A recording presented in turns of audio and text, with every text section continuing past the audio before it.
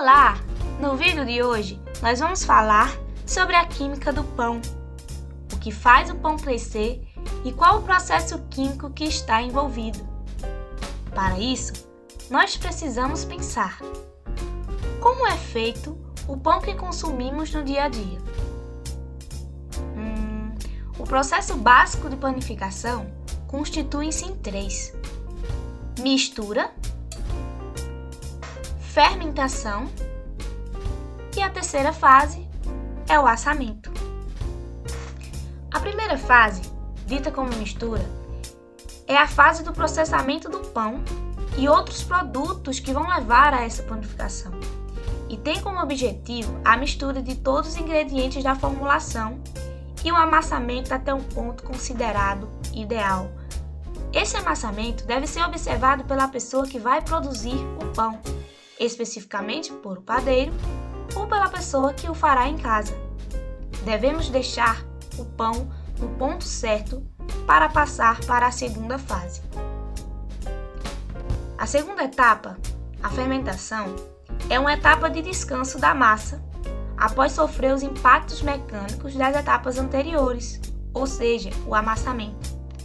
Seus objetivos são a produção de CO2, o desenvolvimento de glúten e a produção de sabor e aroma do pão. Para isso, ocorre uma série de modificações, cujos principais responsáveis são as leveduras. Estes micro-organismos, como podemos ver ao lado, são adicionados à massa porque, ao se multiplicarem e realizarem seu metabolismo normal, produzem gás que expandem a massa e a torna mais aerada e leve. A levedura usa seu sistema enzimático, consome todos os açúcares da massa, transformando em dióxido de carbono, CO2 e álcool.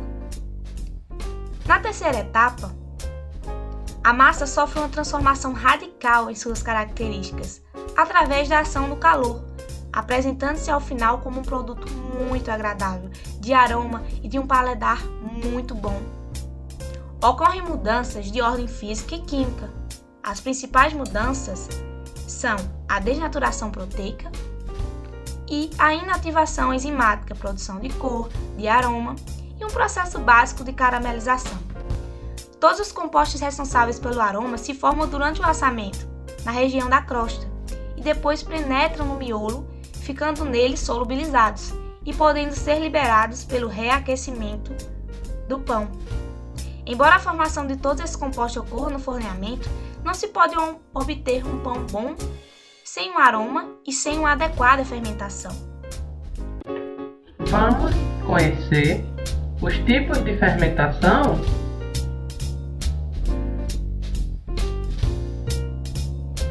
A química, ela tem muita relação com os alimentos e seus preparos. É por isso que nesse vídeo vamos falar um pouco do processo de fermentação, sobre a ótica dessa ciência. A fermentação pode ser promovida, como vamos destacar aqui, a partir de 2 meios: através de fermentos químicos em pó ou fermentos biológicos. Os fermentos são conhecidos como agentes de crescimento e porosidade. São responsáveis pela incorporação e produção de compostos gasosos, crescimento e textura leve e aerada. O fermento químico é composto principalmente por bicarbonato de sódio,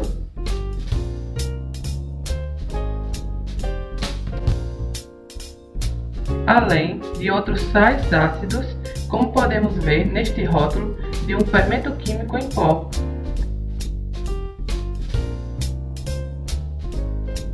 A mistura desses sais proporciona a liberação de uma parte do gás carbônico quando ele é misturado à massa úmida. O restante do gás é liberado após aquecimento quando o alimento, como pães e bolos, são levados ao forno. Vamos conhecer agora a fermentação biológica. Você sabia que o fermento natural é a mais antiga e original forma para levedar massas de pão descoberta descoberta há aproximadamente 1500 anos antes de Cristo?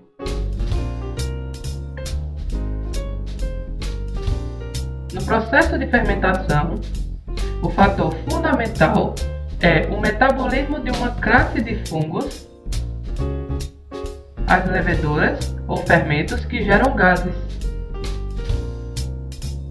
As leveduras, quando metabolizam os açúcares, liberam o etanol e o gás carbônico, de forma que essas substâncias são retiradas no pão até o processo de cocção, que é definido como o processo de assar os pães no forno.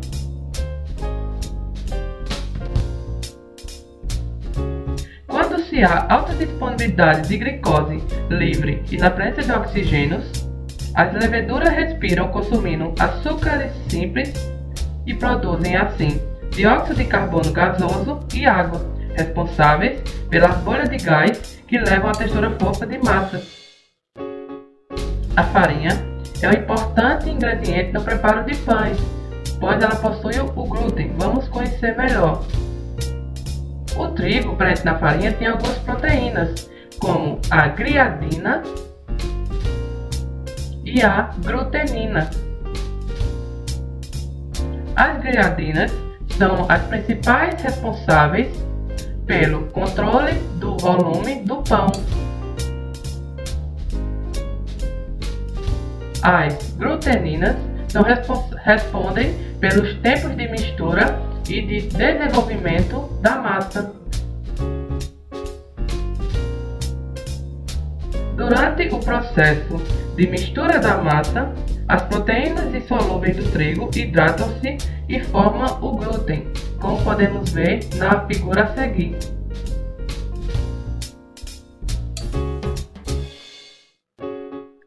Na produção do pão, ocorrem três interações importantes entre a água, as proteínas do glúten da farinha e o amido presente na farinha. O fermento biológico comercialmente pode ser encontrado na forma de ativo seco, fresco ou instantâneo. Agora que já sabemos sobre o fermento biológico, iremos conhecer a equação química que representa essa reação, que é chamada de fermentação alcoólica, na qual um processo biológico ocorre na conversão dos açúcares presentes nesse meio reacionário em álcool etílico, também chamado de etanol, dióxido de carbono mais energia.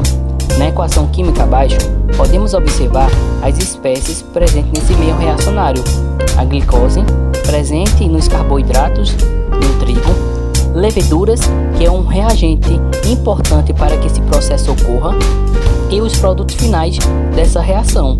Vamos observar esse fenômeno em nossa realidade, precisaremos de alguns materiais e reagentes para observação do mesmo. Assim, precisaremos de uma bexiga, fermento biológico, açúcar, farinha de trigo, uma garrafa PET e água morna. Dos materiais e reagentes necessários para a realização desse experimento, iremos iniciar o processo. Assim, adicionamos na garrafa PET, com auxílio de funil, a farinha de trigo e o açúcar. Em seguida, adicionamos o fermento biológico seco. E depois, adicionamos uma pequena quantidade de água morna para que possa ser ativado essas leveduras e esse processo ocorra com mais velocidade, pois sabemos que essa reação ela é muito lenta e a partir de fatores da cinética química podemos observar esse fenômeno mais rapidamente. Agora que o sistema reacionário está pronto, podemos observar inicialmente que a bexiga presa no gargalo da garrafa continua murcha. Isso significa que o processo ainda está no início, mas com o passar do tempo podemos observar que essa bexiga começa a inflar. Isso significa que está ocorrendo a conversão dos açúcares presentes nesse meio reacionário em álcool etílico e gás carbônico, à medida que nós observamos a bexiga inchar. Lembrando que o etanol produzido nesse meio reacionário ele é evaporado em altas temperaturas do forno.